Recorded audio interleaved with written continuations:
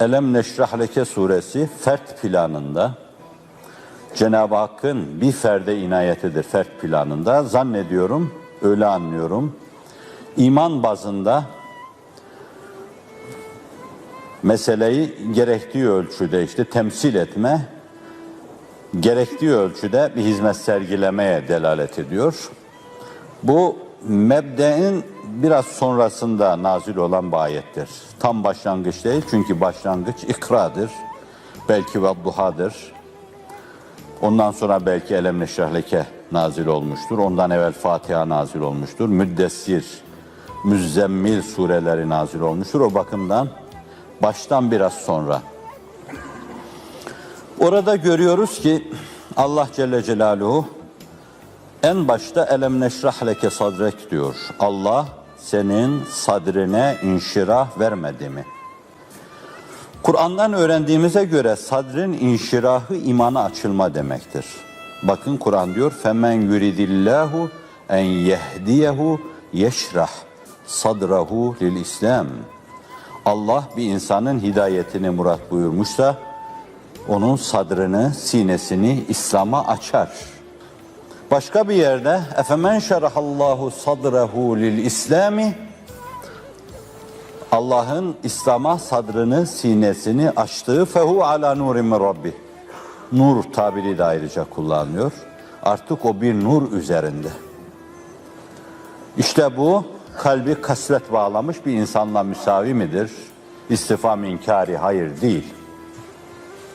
Ondan anlıyoruz ki elem neşrah leke sadrek derken Allah Celle Celaluhu evvela sadrın, sinenin imana açılmasını söylüyor. İşte bu birinci fasıldan sonra elem neşrah leke sadrek ve vada'na anka vizrek ellezî enkada zahrak. Belini çatır çatır çatırtatan bir yük diyor bu. Evvela mesuliyet hissine, mesuliyet duygusuna açık bir sinenin ızdırabını anlatıyor.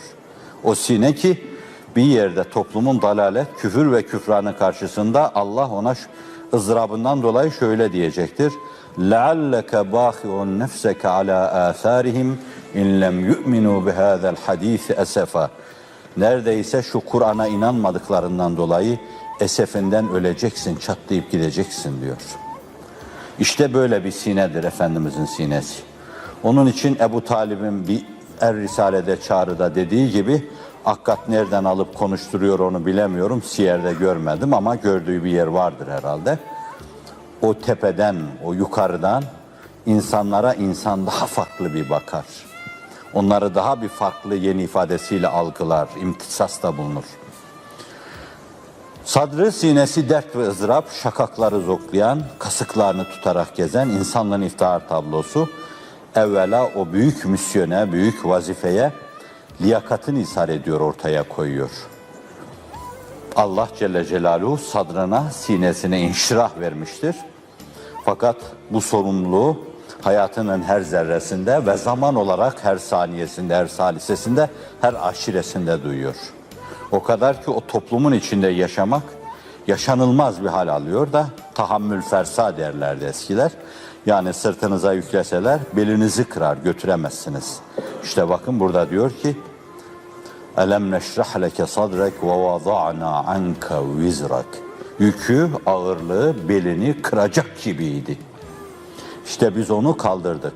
Ellezî enkada zahrek. Belini kıracak o yükü senden kaldırdık.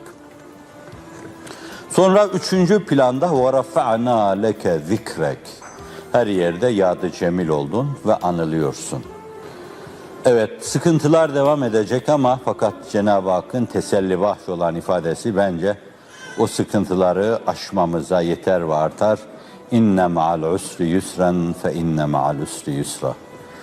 Her kolaylıkla beraber bir zorluk, her kolaylıktan sonra bir zorluk, her zorluktan sonra bir kolaylık vardır. Yeknesak olmayacak bu iş, muttarit olmayacak.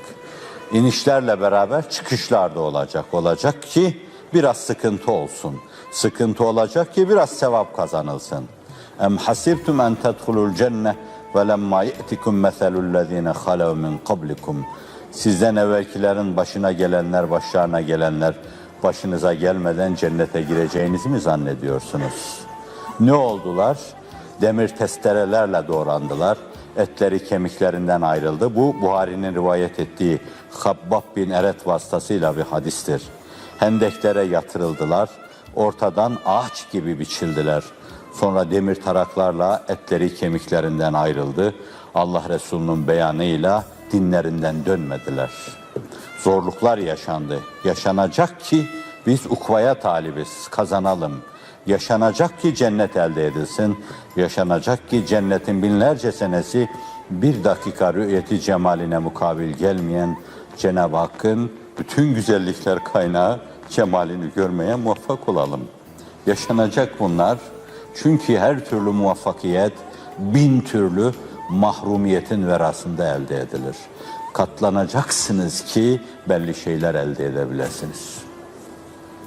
Onun için inne ma'al usri yusran fe inne ma'al usri yusra fert planında Efendimiz'edir. Çünkü ilk dönemde Hz. Ebu Bekir'in ifadesiyle yani değirmen taşları arasında insanlar öğütülür gibi öğütüldüğü bir dönemde, bıçakların gayızla bilendiği bir dönemde, kılıçların nefretle, kinle başlarda helezonlar çizdiği bir dönemde Müslümanlık yaşanıyordu.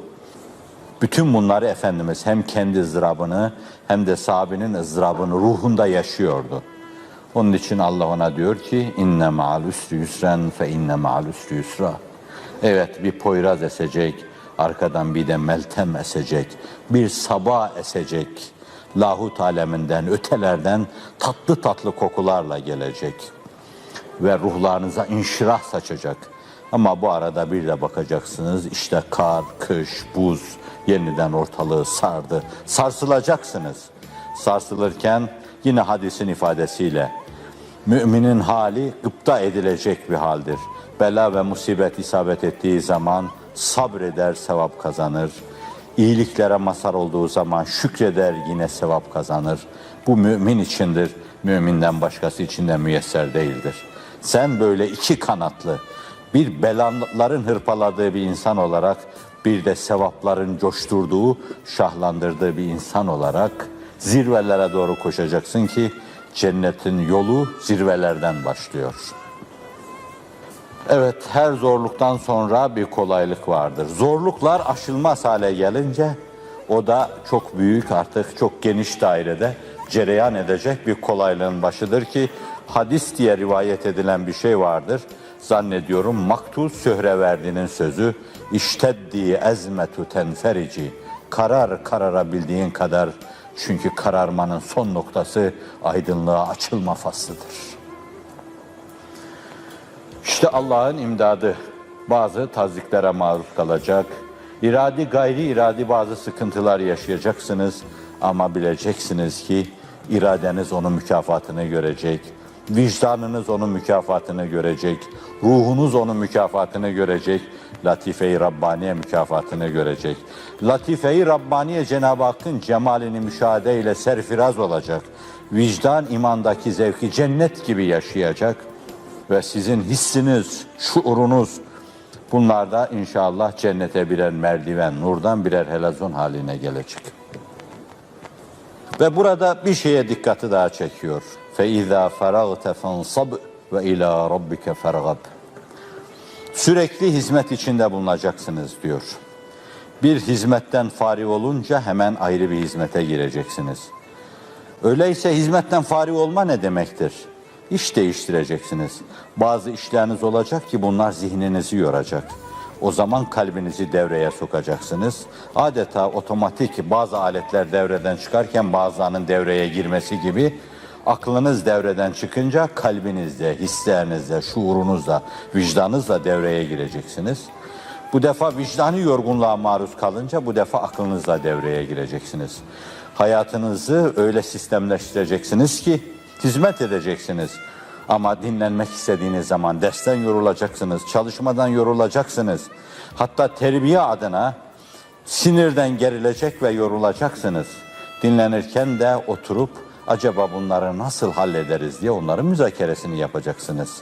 Böylece bir hizmetten başka bir hizmete girecek ve böylece sizi sarabilecek, karşınıza çıkabilecek sıkıntılara karşı hazırlıklı olacak ve onları bunlarla savmaya çalışacaksınız.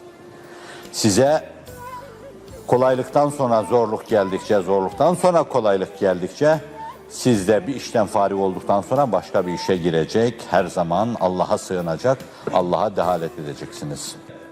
Böyle Allah'a dehalet edecek ve onun bizi o sürden yüsse ulaştırmasını isteyeceğiz. Gece ve gündüz gibi zaten bunlar birbirini takip eder. Hiçbir zaman geceler temadi etmediği gibi gündüzler de temadi etmez. İnsanda kabz ve bast haliyle aynen bu durumu yaşar ve insan sıkıntılı haliyle, mazhar olduğu kolaylık durumuyla hep bu durumu yaşar. Bu durumlar münabe suretiyle böyle başımıza geldikçe biz de Allah'a değişik şekillerde müracaat ederek bunları aşmaya, savmaya çalışacağız ki bu fert planında bir vazife ve bir sorumluluktur. Efendimiz sallallahu aleyhi ve selleme bu sure anlatılırken de bir minnet olarak anlatılır. Çünkü bundan evvelki surenin sonu şudur. وَاَمَّا بِنِعْمَةِ رَبِّكَ فَحَدِّثْ İki sure arasında ciddi irtibat vardır. Şimdi gelelim sana, sen Rabbinin senin üzerinde olan nimetlerini yad etmelisin. Sanki aklına geliyor, diyorsun nedir Rabbimin benim üzerimde nimeti? Siz de diyebilirsiniz. Gelin Rabbinizin sizin üzerinizde olan nimetlerini yad edin. Ki biz buna tahdisi nimet diyoruz. Nedir Rabbin sizin üzerinizde nimeti? Elem neşrah leke sadrek. Senin sadrını, sineni İslamiyet'e açmadı mı? Belini çatırtatan o ağır yükleri götürebileceğin hale getirmedi mi? Senin usullerini yüzle çevirmedi mi? Ve aynı zamanda bu sıkıntılar içinde ebedi cennete liyakatını hazırlama, istidadını ortaya koymak üzere bir vazifeden sonra başka bir vazifeye intikalini sağlamadı mı? Gibi minnet ediyor Efendimiz'e fert planında. Zannediyorum ben bu işi tam anlatamasam bile siz temiz vicdanlarınızla hem bu işi anladınız hem de sorumluluklarınızı idrak ettiniz, ediyorsunuz ve onun şuurundasınız. Ama toplum planında meseleye gelince bakın. Aslında bu iki şey arasında ciddi bir irtibat var. İzâ câe nasrullâhi vel feth. Elem neşrah leke Mekke'nin sert havasında, kar, buz, dolu havasında, tıpkı o yalçın dağları gibi böyle sertlikleri içinde nazil olmuş bir suredir. Onun için Allah'ın tesellilerini ve tesliyelerini havidir. İzâ câe nasrullâhi vel feth. O da sona doğrudur. Bu başa doğru diyelim. Elem neşrah leke. O da sona doğrudur. Çünkü ondan sonra çok az yaşamıştır. İnsanların iftar tablosu 2 ay veya 3 ay. İzâ câe nasrullâhi vel feth.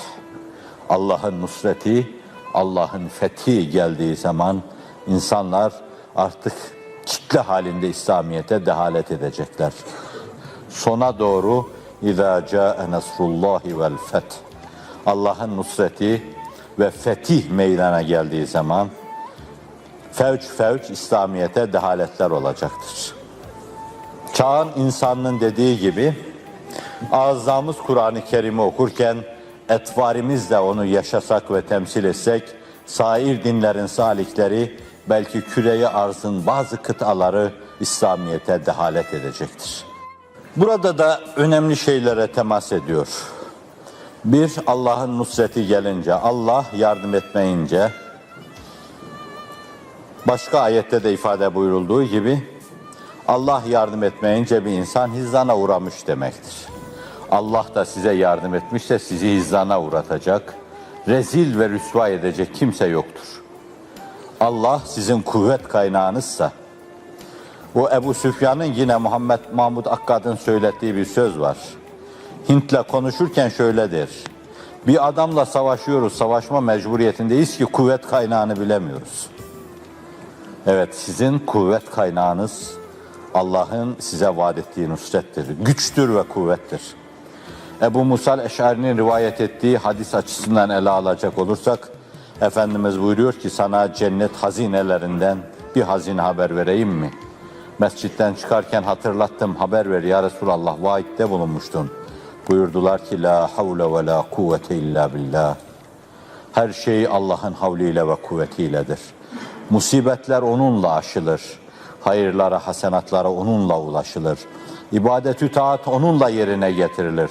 Günahlardan ancak Allah'ın havliyle ve kuvvetiyle kaçınılır.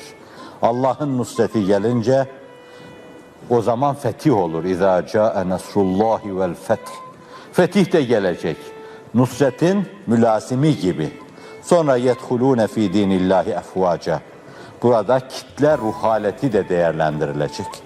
Sadece artık insanlar içlerindeki iman gücüyle bir tarafa gitmeyecekler. Bazıları da yahu doğruymuş bu iş diyecekler. Şimdiye kadar geçirdikleri tereddütleri atacaklar kafalarından. Fevç fevç camiye koşacaklar. Kadın erkek fevç fevç İslamiyet'e dehalet edecekler. Ve biz böyle bir oluşumun satı mailinde bulunuyoruz. Bir arefe yaşıyoruz. Belki de Arafat'ta bir arefe yaşıyoruz. Duaların hora geçtiği, kabule karin olduğu bir zeminde, hicret zemininde, irşat zemininde, emru bil maruf nehyanil münker zemininde ki bu zeminlerin hepsi duaların kabul olduğu, hora geçtiği zeminlerdir. Böyle bir Arafat'ta arefe yaşıyoruz. Ve bir gün bu arefenin, bu Arafat'ın bayramı da gelecek. Fevç fevç İslamiyet'e dehalet edilecek. Alvar imamını hatırlamamak mümkün mü? Sözü hatırlatıyor. Mevla bizi affede, bayram o bayram olur. Cürmü hatalar gide, bayram o bayram olur. Bütün halk İslamiyet'e dehalet ede, bayram o bayram olur. Fevç fevç duhuller ola, bayram o bayram olur deyip uzatabiliriz bunu. İşte siz o bayrama da inşallah ulaşacaksınız. Ama bakın, başa doğru da Allah ne diyor yani? Allah'ın yüsrü usrün yanındadır. Diri etmeyin, paniğe kapılmayın, sarsılmayın. İnanıyorsanız bu da Kur'an'ın emridir. Ve la tehinu ve la tahzenu ve entumul a'laun in kuntum mu'minin. Tasalanmayın, gevşeklik göstermeyin. İnanıyorsanız zaten baştan siz üstünsünüz. Allah kendi kullarını rezil sefil etmez. Siz inanmayı en üst seviyede ele almaya bakın ve iyi inanmaya çalışın. Allah kendi kullarını ma vedda'aka rabbuka ve ma kala. Rabbin sana ne darıldı ne de seni terk etti fehvasınca. Ne darılır ne de terk eder. Evet. Başa doğru olan da diyor ki bu zorluklardan sonra kolaylık gelecektir ama bence siz şöyle davranın. Bir ibadetten sonra bir ibadete intikal edin. Başta ibadet sürekli. Gece gündüz ibadet, gece gündüz dua, gece gündüz münacat. Bir ibadet düşüncesinden sonra başka bir ibadet düşüncesi, bir ibadet planından sonra başka bir ibadet planı başta böyle yapılır. Ama sona doğru fethi oluyor. Bütün kapılar açılıyor ardına kadar. Onda da şöyle diyor Habibine. يَدْخُلُونَ ف۪ي دِينِ اللّٰهِ اَفْوَاجًا. Öyleyse bu işleri kendinden bilmemenin ifadesi, her şeyi Allah'tan görmenin ifadesi olarak فَسَبِّحْ بِحَمْدِ رَبِّكِ. Hamdü sena ile iki büklüm ol. Hazreti Ömer'in ifadesiyle ben biliyorum ki bütün bu muvaffakiyetleri sizi ihsan eden Allah'tır. فَسَبِّحْ بِحَمْدِ رَبِّكِ. Evvela Allah'ı tesbih edin. Ne demek tesbih? Kainatta Allah'ın icraatında eşi menende olmadığını ilan edin. Ve aynı zamanda bu ilan içinde bir de Rabbinizin şu nimetlerinin doğrudan doğruya ondan geldiğini hamdü sena mülahazasıyla anın. Subhanallahi ve bihamdihi subhanallahil azim deyin. Evvela her şeyi Allah'a verin. Ve Allah'tan gelen bu şeylere karşı da hamd ile iki büklüm olun.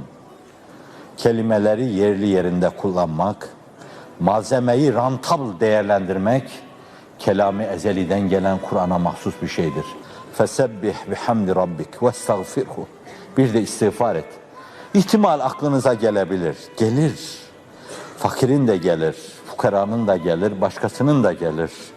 Her zaman diyemezsiniz, değildir bu bana layık, bu bende. Bana bu lütfüyle ihsan nedendir?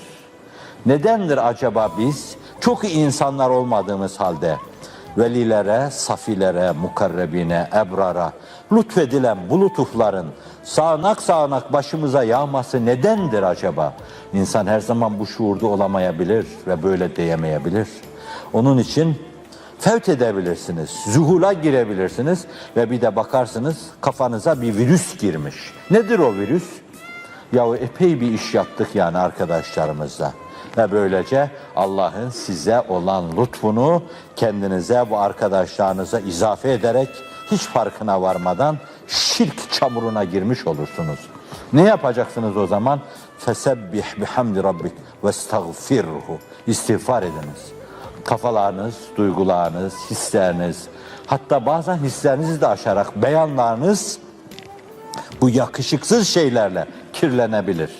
Kirletmeyecek, hemen istiğfara sığınacaksınız. Onun günahı yoktu. Ama Ayşe validemiz diyor ki bu sure nazil olduktan sonra az yaşadı ama fakat her mecliste la akal 70 defa, 100 defa bazen Subhaneke Allahümme inni estağfiruke ve etubu ileyk diyordu. Neye diyordu bilemem. Allah ona demişti ki liyagfire lekallahu ma teqaddeme min zenbik. Geçmişini Allah bütünüyle bağışladı. Gelecekte de günahlara girmeyi sana memnu istikamet dedi. Girme fırsatı vermedi. İşte o kadar. Ama o durmadan Subhanekallahümme inni estağfiruke li zenbi ve es'eluke rahmeteke diyordu. Evet. Demek birinci fasılda bize ibadetten ibadete, daldan dala konan kuşlar, çiçekten çiçeğe uçuşan arılar gibi sürekli vicdan peteğine bal özü taşıyan arılar gibi çalışmamız gerektiği misillü, işin sonuna doğru gelirken de Allah'ın bunca lütuflarına mazhar olup ve onu vicdanlarımıza duyunca bize fesebbih bihamdi rabbike ve estağfirhu hakikatini temsil etmek düşüyor.